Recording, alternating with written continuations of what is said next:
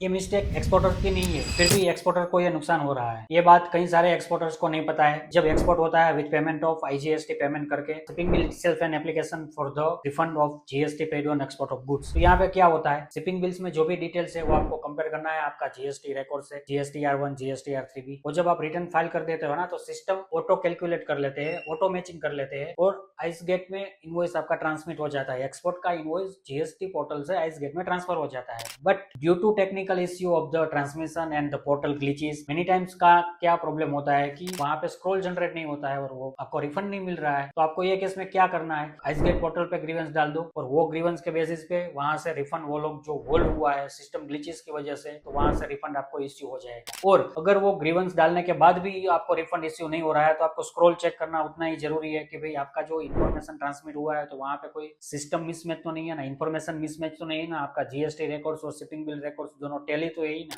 अगर आपने genuine compliance की है तो आप आइस गेट पोर्टल पे कंप्लेन रेज कर सकते हो, और फिर भी वहां से आपका कंप्लायंस का कोई रिजोल्यूशन नहीं मिलता है, तो आप पब्लिक ग्रीवेंस पोर्टल से कंप्लेन करके आप वाकई में आपका जीएसटी रिफंड ले सकते हो।